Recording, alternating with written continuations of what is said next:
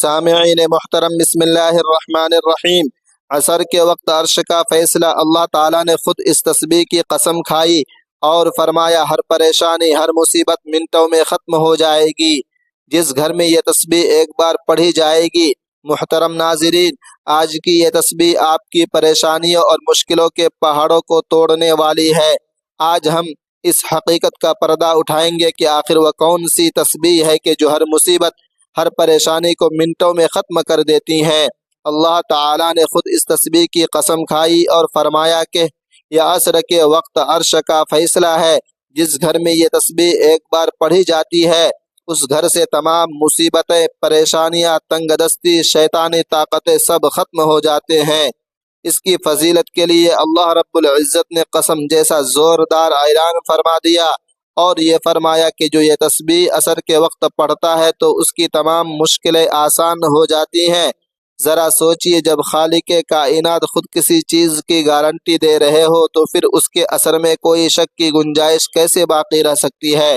ہم آپ کو صرف وہ تسبیح نہیں بتائیں گے بلکہ اس پر عمل کرنے کا وہ طریقہ بھی بتائیں گے جس سے عصر کے وقت کی ساری برکات آپ کو حاصل ہو جائیں گی۔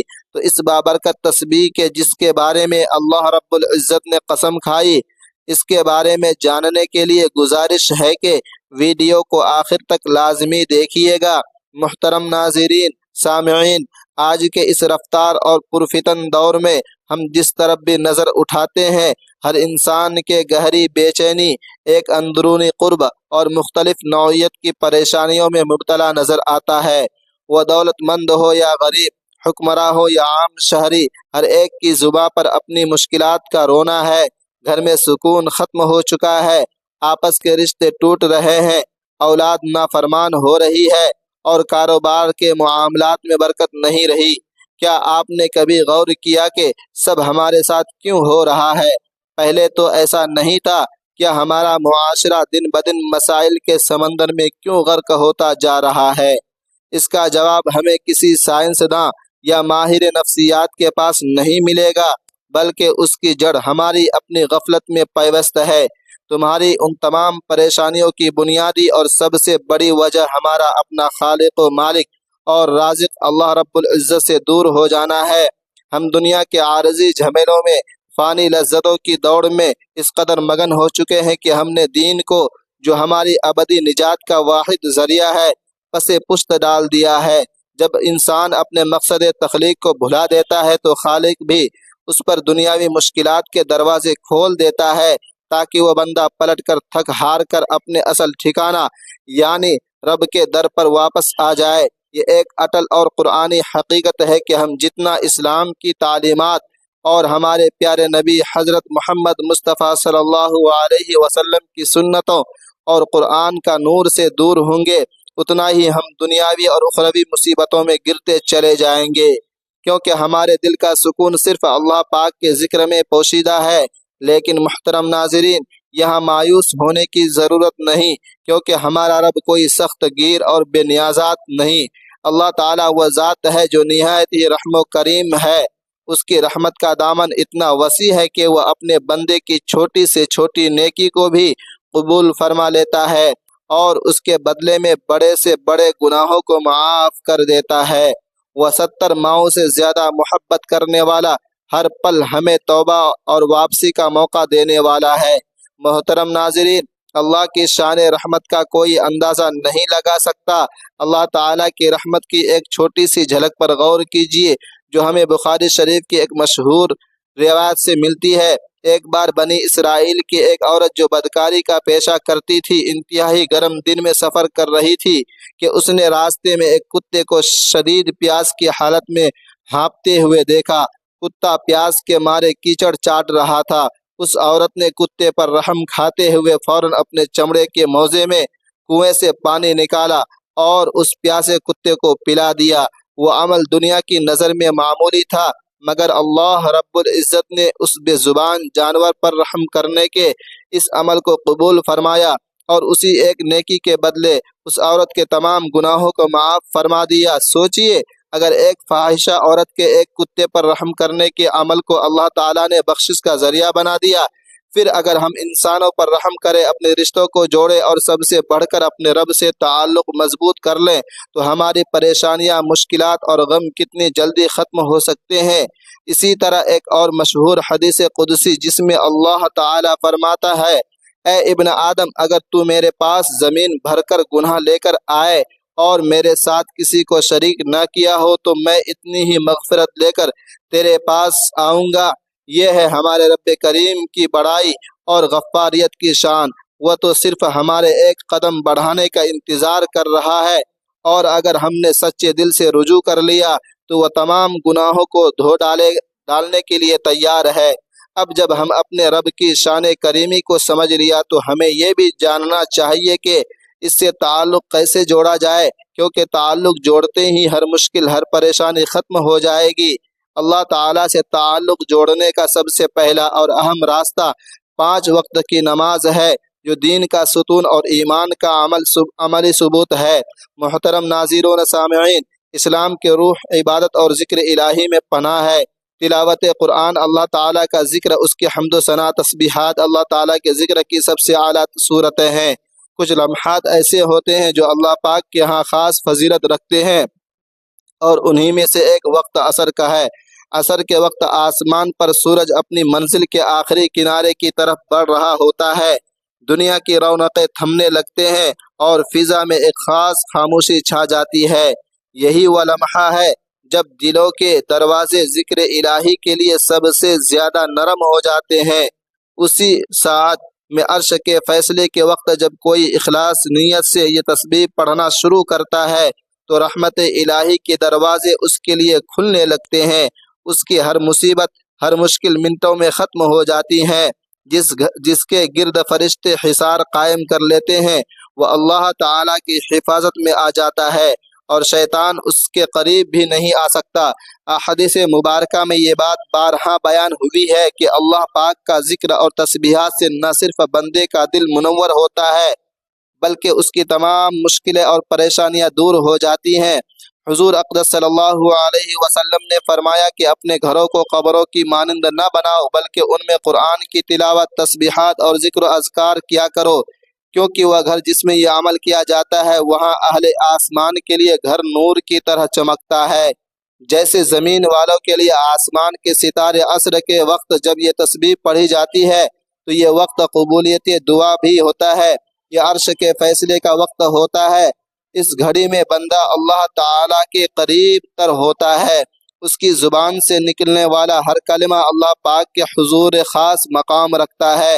حضور اکرم صلی اللہ علیہ وسلم کی زندگی اس بات کی عملی مثال ہے کہ کس طرح تسبیحات اور ذکر و اذکار سے تعلق انسان کی زندگی کو بدل دیتا ہے۔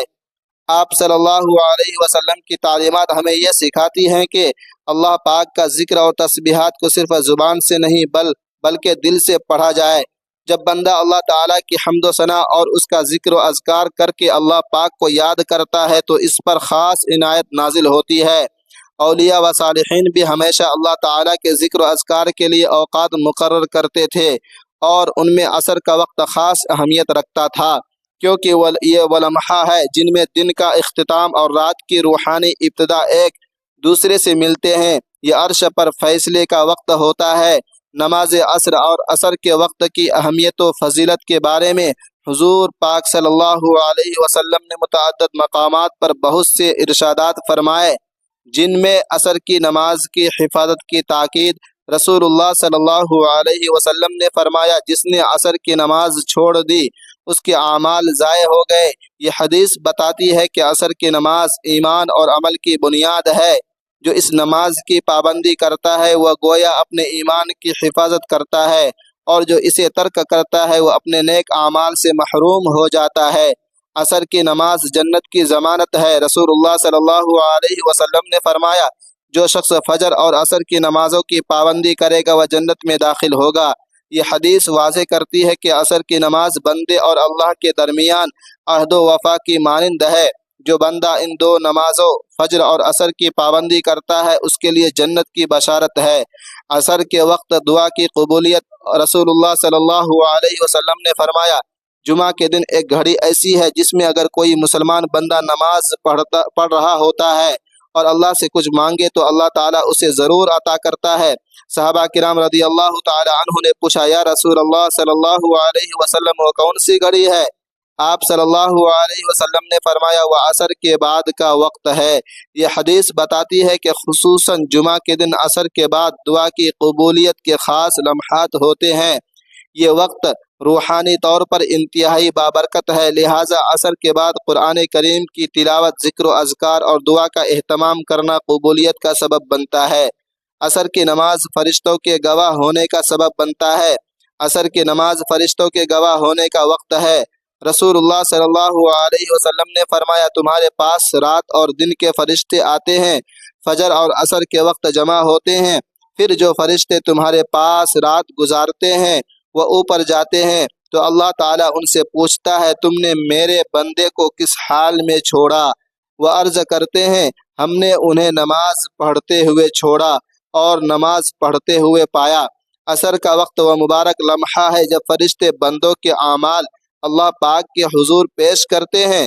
جو شخص اس وقت عبادت، تلاوت یا ذکر و اذکار میں مشغول ہوتا ہے، اس حال میں فرشتے اللہ کے سامنے بہترین صورت میں پیش کرتے ہیں۔ عصر کے بعد نیکیوں کی برکت، رسول اللہ صلی اللہ علیہ وسلم نے فرمایا جو شخص کسی نیک عمل پر دن کے اختتام میں قائم رکھتا ہے اللہ تعالیٰ اس پر اپنی رحمت نازل فرماتا ہے۔ عصر کا وقت ان کے اختتام کا وقت ہے، یعنی دن کی محنتوں، فیصلوں اور اعمال کا نچوڑ۔ اگر بندہ اس وقت ذکر الہی، تلاوت یا دعا میں مشغول ہو جائے تو گویا وہ اپنے دن کو خیر و برکت کے ساتھ مکمل کرتا ہے۔ نماز عصر کے وقت یعنی عرش کے فیصلے کے وقت میں اس تسبیح کو پڑھنے سے نہ صرف گھریلو مسائل حل ہونے لگتے ہیں بلکہ روحانی طور پر انسان کے دل پر سکون اور اطمینان نازل ہوتا ہے۔ اس تسبیح کی خاص بات یہ ہے کہ اسے پڑھنے والا انسان خود بھی اللہ پاک کی رحمتوں کے سائے میں آ جاتا ہے اور اس کے ارد گرد کا ماحول بھی نورانی ہو جاتا ہے۔ یہ تسبیح دلوں کی تنگی کو کشادگی میں بدل دیتی ہے، مایوسی کو امید میں بدل دیتی ہے اور انسان کے اعمال کو ایسا نکھار دیتی ہیں کہ وہ اللہ پاک کی خاص نظر کرم کا مستحق بن جاتا ہے۔ محترم ناظرین، آپ ذرا سوچئے، کیا آپ چاہتے ہیں کہ آپ کی تمام مشکلات اور پریشانیاں دور ہوں؟ کیا آپ یہ نہیں چاہتے کہ آپ کے بچے نیک بنے، آپ کے رزق میں برکت ہو اور آپ کے پریشانیوں کو دور ہونا جب کہ دل ہر وقت اللہ پاک کے ذکر سے لبریز ہو؟ اگر آپ اس کے طلبگار ہیں تو آپ اس تسبیح کو دل سے سنیں، سمجھیں اور اس عمل کو اپنی زندگی کا حصہ بنا لیں، کیونکہ یہ وہ عمل ہے جس سے نہ صرف انسان کی مشکلات اور پریشانیاں دور ہوتی ہیں بلکہ وہ اللہ تعالیٰ اور اس کے نبی صلی اللہ علیہ وسلم کے قرب کا حقدار بن جاتا ہے۔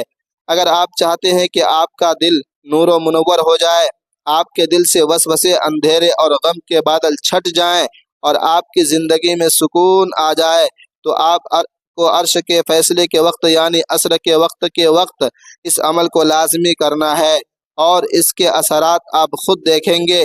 محترم ناظرین، اب جب وقت کی نزاکت ہم پر واضح ہو چکی ہے اور ہم یہ جان چکے ہیں کہ یہ وہ وقت ہے جب عرش کے فیصلے زمین پر نازل ہوتے ہیں، تو آئیے اب جانتے ہیں اس خاص تسبیح کے بارے میں کہ جسے عصر کے وقت پڑھنے سے اللہ تعالیٰ نے ہر مشکل کے خاتمے کی قسم جیسا زوردار وعدہ فرما دیا۔ آپ نے اس عمل کو پورے دھیان اور اللہ پر کامل یقین کے ساتھ سننا ہے، کیونکہ یہ اعمال مختصر ضرور ہے مگر اس کی طاقت اور تاثیر تو غیر معمولی ہے۔ عمل کا کامل طریقہ یہ ہے کہ نماز عصر کے وقت اس عظیم اور طاقتور عمل کو کرنے کے لیے آپ نے سب سے پہلے خشوع و خضوع اور مکمل یکسوئی کے ساتھ نماز عصر ادا کر لینی ہے۔ اس کے بعد سجدے کی حالت میں خوب گڑ گڑا کر اپنے رب سے اپنی مشکلات کا ذکر کرنا ہے۔ اگر ممکن ہو تو مغرب تک بیٹھ کر اللہ کے دربار میں چپ کے آنسو بہائے اور یہ آپ نے اتحیات کی شکل میں بیٹھ جانا ہے۔ پورا دھیان، پوری توجہ اور کامل یقین صرف اللہ رب العزت کی ذات پر مرکوز ہونا چاہیے اور اپنے دل میں یقین رکھنا ہے کہ میرا رب میری ہر آواز سن رہا ہے اور میری مشکل کو دور کرنے کی طاقت رکھتا ہے۔ اس کے بعد آپ نے اس عمل کا آغاز کرنا ہے اور آپ نے پیارے آقا رسول اکرم صلی اللہ علیہ وسلم کی ذات اقدس پر 3 مرتبہ درود ابراہیمی پڑھنا ہے۔ وہی درود ابراہیمی جو ہم نماز میں پڑھتے ہیں۔ درود پاک کو نورانی عمل ہے۔ ثواب کے طور پر میرے ساتھ بھی ایک مرتبہ درود ابراہیمی پڑھ لیجئے۔ اللہم صلی علی محمد وعلی آل محمد کما صلیت علی ابراہیم وعلی آل ابراہیم انک حمید مجید۔ اللہم بارک علی محمد وعلی آل محمد کما بارکت علی ابراہیم وعلی آل ابراہیم انک حمید مجید۔ یہ درود پڑھتے ہی آپ کا پورا عمل اللہ پاک کی بارگاہ میں قبولیت کا لباس پہن لے گا۔ جیسے ہی آپ درود پاک پڑھ لیں اس کے بعد فوراً آپ نے اللہ رب العزت کے 99 برکت ناموں میں سے ایک بہت ہی عظیم نام یا رحمانو کی مکمل ایک تسبیح پڑھ لینی ہے۔ یا رحمانو کا ذکر کی فضیلت کا کیا کہنا، یہ نام اللہ تعالیٰ کے وسیع رحمت کو ظاہر کرتا ہے۔ جب آپ اس نام کو عصر کے وقت پورے یقین کے ساتھ پکارتے ہیں تو آپ اللہ کی اس صفت کو متوجہ کرتے ہیں جس سے ساری کائنات سیراب ہو رہی ہے۔ یہ ذکر آپ کے دل کو سکون عطا کرتا ہے، آپ کے گناہوں کے بوجھ کو ہلکا کرتا ہے اور آپ کو اللہ پاک کی دائمی رحمت میں لے جاتا ہے۔ یا رحمانو کی تسبیح مکمل کرنے کے فوراً بعد آپ نے قرآن کریم کی سب سے چھوٹی اور سب سے بابرکت سورہ کوثر کی 7 مرتبہ تلاوت کرنی ہے۔ یہ سورت مختصر ضرور ہے مگر طاقت اور تاثیر ایسی ہے کہ یہ ہر بدخواہ، ہر دشمن اور ہر رکاوٹ کو ختم کر دیتی ہے۔ الکوثر کا معنی ہے کثرت کی بھلائی، اور جب آپ اسے پڑھتے ہیں اللہ تعالیٰ آپ کو دنیا میں بھی ہر قسم کی بھلائی عطا فرماتے ہیں اور آخرت میں بھی کوثر کے حوض کا وعدہ ہے۔ جب آپ نے یہ سورہ مبارکہ پڑھ لینی ہے تو اس کے بعد دعائے یونس پڑھنی ہے، جس کے پڑھتے ہی حضرت یونس علیہ السلام کی سخت ترین مشکل کا خاتمہ ہو گیا۔ آپ نے لا الہ الا انت سبحانک انی کنت من الظالمین اس دعا کی مکمل ایک تسبیح پڑھ لینی ہے۔ اس تسبیح کی فضیلت کے بارے میں ہمارے پیارے نبی پاک صلی اللہ علیہ وسلم نے فرمایا کہ جو مسلمان بھی اپنے کسی حاجت یا پریشانی میں یہ دعا کرے گا اللہ پاک اسے ضرور قبول فرمائے گا۔ جب عرش کے فیصلے کے وقت اس تسبیح کو پڑھتے ہیں تو دل سے نکلے ہوئے یہ الفاظ سیدھے عرش الہی تک پہنچتے ہیں۔ یہ تسبیح آپ کی تمام مشکلات، پریشانیاں اور تنگ دستیوں کو اس طرح ختم کر دیتی ہیں جس طرح اس نے حضرت یونس علیہ السلام کو مچھلی کے پیٹ کی تاریکیوں سے نجات دی۔ جو ہی آپ یہ تسبیح 100 مرتبہ کی تعداد میں پڑھ لیں تو آخر میں آپ کو وہی درود پاک پڑھنا ہے جو شروع میں پڑھا تھا۔ محترم ناظرین و سامعین، یہ عمل مختصر ضرور ہے مگر یہ اتنا طاقتور اور اتنا مؤثر ہے کہ جو لوگ بھی اسے اللہ پر کامل یقین اور بھروسے کے ساتھ ادا کر لیتے ہیں اللہ کریم ان کی تمام مشکلات، تمام پریشانیاں اور غموں کو دور فرما دیتے ہیں۔ بالخصوص عرش کے فیصلے کے وقت یعنی عصر کے وقت یہ تسبیح پڑھنے والوں کے لیے اللہ پاک کے خصوصی انعامات ہیں۔ آخر میں اللہ پاک سے دعا ہے کہ اے میرے پروردگار، اے میرے رب کریم، جیسے تو نے حضرت یونس علیہ السلام کو اندھیروں سے نجات دی ویسے ہی ہمیں بھی ہر غم، ہر دکھ اور ہر مشکل سے نجات عطا فرما۔ اے اللہ پاک ہمارے دلوں کے بوجھ ہلکے کر دے، ہماری دعاؤں کو قبول فرما اور ہمیں اپنی رحمت و رضا کے سائے میں پناہ دے۔ اے سب سے زیادہ مہربان، ہمیں اپنی یاد میں سکون اور اپنے کرم میں راحت نصیب فرما۔ آمین یا رب العالمین۔ محترم ناظرین، اگر ویڈیو اچھی لگی ہو تو ویڈیو کو لائک کریں، دوستوں میں شیئر کریں اور چینل کو سبسکرائب کر دیں۔ محترم ناظرین، گزارش ہے کہ اپنے رزق میں برکت اور وسعت کے لیے اللہ تبارک و تعالیٰ کے 99 ناموں میں سے کوئی ایک نام کمنٹ سیکشن میں ضرور شیئر کرے۔ اگلی ویڈیو تک کے لیے اجازت دیجیے۔ اللہ حافظ، والسلام علیکم ورحمۃ اللہ وبرکاتہ۔ اللہ تبارک و تعالیٰ تمام امت مسلمہ کو اپنے حفظ